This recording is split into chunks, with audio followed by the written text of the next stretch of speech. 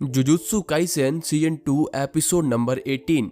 इस एपिसोड की शुरुआत में हम देखते हैं कि इटाडोरी स्टेशन के अंदर जा रहा होता है। सुकुना की वजह से कितने सारे लोगों ने अपनी जान गंवा दी है, ये सोचकर इटाडोरी बहुत ही बड़े सदमे में जा चुका होता है और अपने आप को कोस रहा होता है। इटाडोरी उस समय के बारे में सोच रहा होता है जब गोजो ने इटाडोरी को बचाया था। बहुत सारे लोगों ने गोजो से कहा था कि तुम इटाडोरी को बचा तो रहे हो, पर उस समय का क्या होगा जब इटाडोरी के अंदर छुपा हुआ सुकुना बहुत सारे मासूम लोगों को मार देगा। आगे इटाडोरी अपने सभी दोस्तों के बारे में सोचता है। जब मेगुमी ने इटाडोरी की जान बचाई थी और जब इटाडोरी नोबारा से पहली बार मिलता है, इटाडोरी नानामी को भी याद करता है। इटाडोरी के मन में बहुत सारी चीजें चल रही होती हैं कि उसने लोगों को बचाने के लिए जिंदा रहना चुना था, पर उसकी वजह से अब कितने सारे लोगों ने अपनी जान गंवा दी है। अगली सीन में हम नानामी की तरफ शिफ्ट होते हैं। हम देखते हैं कि नानामी अकेले एक बीच पर घूम रहा होता है। हमें आगे दिखाया जाता है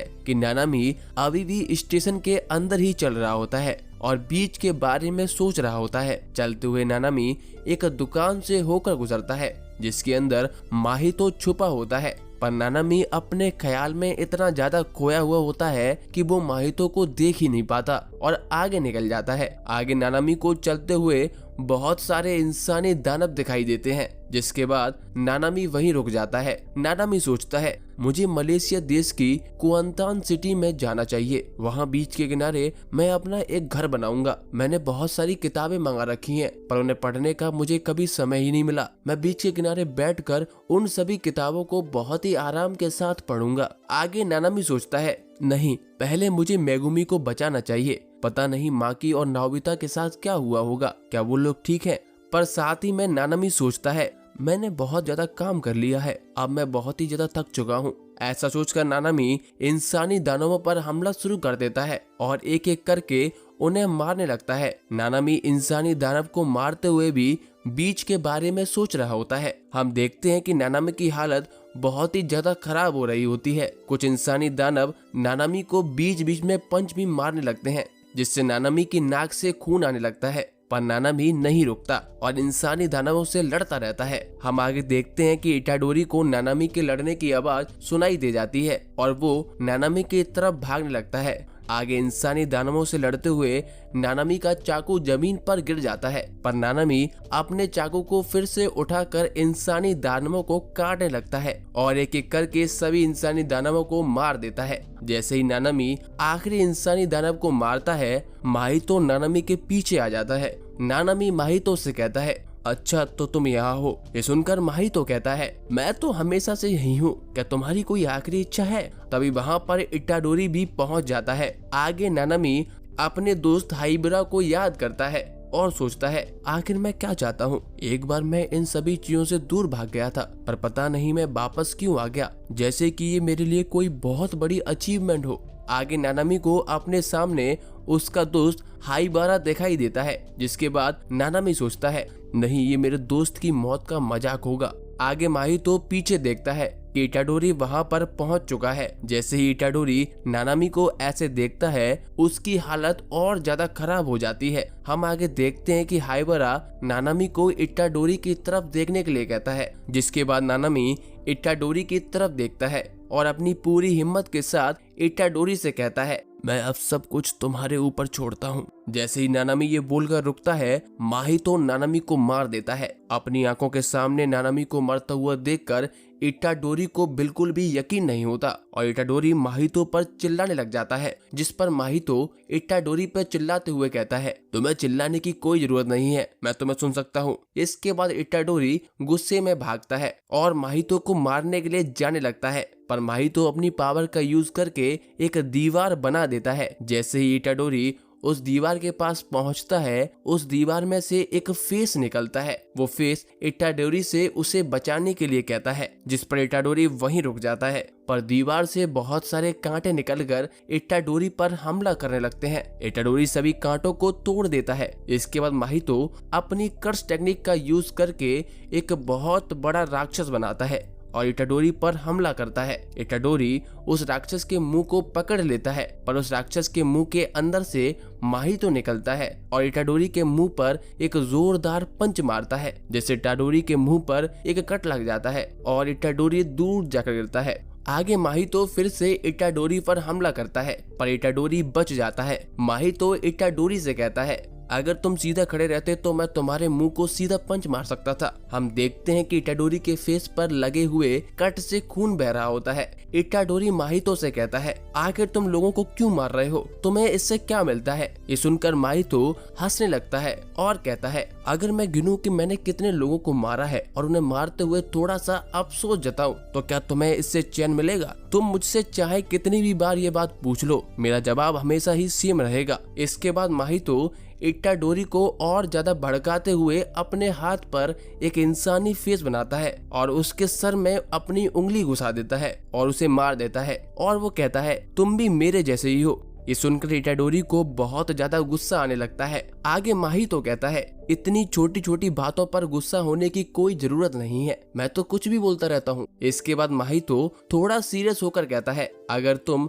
लोगों के मारने को नहीं स्वीकारते हो तो तुम मुझे कभी भी नहीं हरा सकते। ये सुनकर इटाडोरी कहता है, तुम बहुत ही ज्यादा बोलते हो, क्या ये तुम्हारे आखिरी शब्द हैं? इसके बाद इटाडोरी नानामी के आखिरी शब्दों को याद करते हुए सोचता है, अगर नानामी होते तो वो गुस्से को खुद पर हावी नहीं होने देते। मुझे साबित करना होगा कि मैं एक जुजुत्सु सोर्सरर हूँ। इसके बाद हम देखते हैं कि माहितो के राक्षस के बहुत सारे पैर निकल आते हैं। इसके बाद वो राक्षस खुद को दीवार के एक तरफ ढकेलने लगता है। इससे इटाडोरी और माहितो दोनों राक्षस और दीवार के बीच में फंस जाते हैं। आगे माहितो और इटाडोरी दोनों एक दूसरे की तरफ बढ़ रहे होते हैं और उनके चलने की जगह भी धीरे धीरे कम हो रही होती है। इसके बाद माहितो इटाडोरी पर हमला करता है, पर इटाडोरी इतना तेज होता है कि वो माहितो के हमले से बच जाता है और माहितो को एक जोरदार किक मारता है, जिससे माहितो को चक्कर आने लगते हैं। आगे राक्षस और दीवार के बीच में बहुत ही कम जगह बची होती है, जिससे बचने के लिए इटाडोरी राक्षस में भी जोरदार किक मारता है, जिससे राक्षस की पूरी बॉडी हिल जाती है। पर तभी माहितो की ब्लेड्स इटाडोरी पर हमला करती है। इटाडोरी उनसे बचते हुए फिर से राक्षस को पंच मारने लगता है। आगे माहितो फिर से इटाडोरी पर हमला करता है, पर इटाडोरी उनसे बचते हुए माहितो के सर पर जोरदार किक मारता है, जिससे माहितो का सर जमीन में घुस जाता है। आगे राक्षस खुद की बॉडी को दीवार से बिल्कुल चिपका देता है, जिससे इटाडोरी दीवार और राक्षस के बीच में फंस जाता है। पर इटाडोरी उस राक्षस को चीर कर उससे बाहर आ जाता है। ये देखकर माहितो और ज्यादा इम्प्रेस हो जाता है और कहता है, अब राउंड 2 की बारी है। अगले सीन में माहितो इटाडोरी पर अपने हाथ से छोटे छोटे दानवों को गोलियों की तरह शूट कर रहा होता है और इटाडोरी उनसे बच रहा होता है। हम देखते हैं कि एक दानव जाकर लिफ्ट के बटन पर लगता है, जिससे लिफ्ट ऊपर आने लगती है। इसके बाद माहितो अपने पैर को बड़ा करके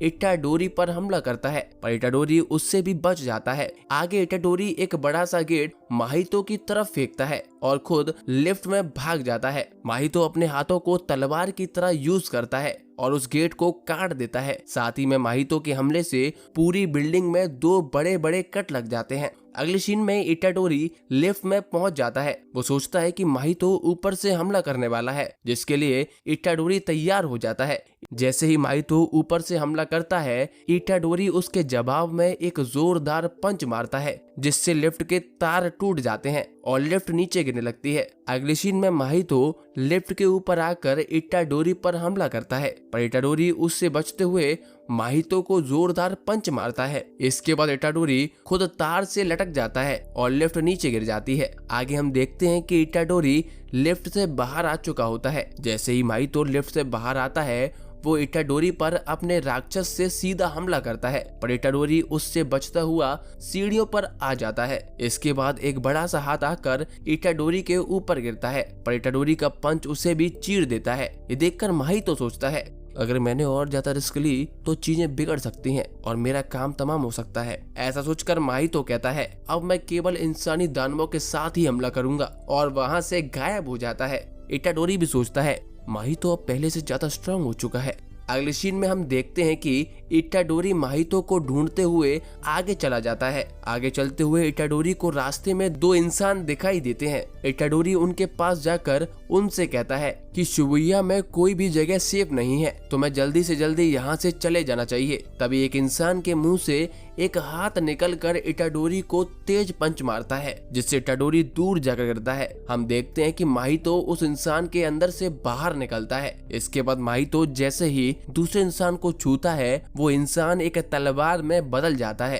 ये देखकर इटाडोरी घबरा जाता है और कहता है, तुम ये सब करना बंद करोगे? इस पर माहितो कहता है, क्या तुम पागल हो? ये सब तुम्हारे ही हाथ में है। इसके बाद माहितो सोचता है, इटाडोरी के सामने इंसानों को मारने से इटाडोरी की आत्मा कमजोर हो रही है। यह तरीका इटाडोरी के खिलाफ बहुत अच्छे से काम करता है। इसके अलावा मेरे पास एक और हुक्म का इक्का है, जिससे इटाडोरी बुरी तरीके से हार जाएगा। इसके बाद हमें एक पास्ट का सीन दिखाया जाता है, जिसमें डैगन बहुत सारे इंसानों को पानी के साथ निगल लेता है। आगे माहितो डैगन से कहता है, हमने बहुत सारे इंसानों को पकड़ लिया है। जो इंसान इस फ्लोर के नीचे हैं, उन्हें छोड़कर तुम इनके साथ जैसा करना चाहते हो वैसा करो। इसके बाद माहितो इटाडोरी को मारने के लिए निकल जाता है। आगे जोगो माहितो को रोकने की कोशिश करता है, पर माहितो खुद का डुप्लीकेट बनाकर दो अलग अलग दिशा में भाग जाता है। इसके अलावा माहितो एक दीवार भी बना देता है, जिससे जोगो माहितो को पकड़ नहीं पाता। ये देखकर जोगो बहुत ही ज्यादा गुस्से में आ जाता है। इसके बाद हमें दिखाया जाता है कि माहितो की मुलाकात नोबारा से होती है। नोबारा समझ जाती है कि माहितो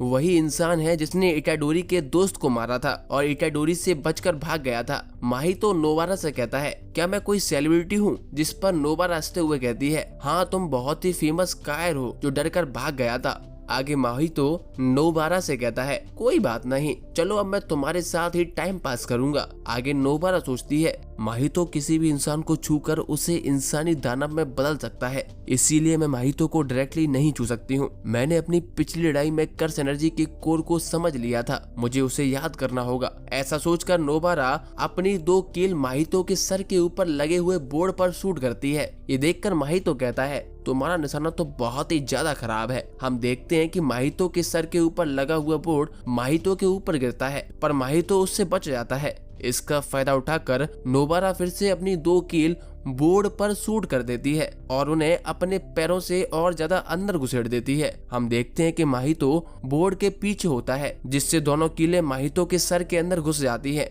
और उससे खून आने लगता है। माहितो ये देखकर इम्प्रेस हो जाता है। आगे माहितो सोचता है, जरूर ये लड़की इटाडोरी के बहुत करीब है, इसीलिए वो मेरे बारे में जानती है। अगर मैं इसकी लाश को इटाडोरी को दिखा दूं तो इससे इटाडोरी की आत्मा बहुत ज्यादा कमजोर हो जाएगी। और इसी के साथ ये एपिसोड खत्म हो जाता है।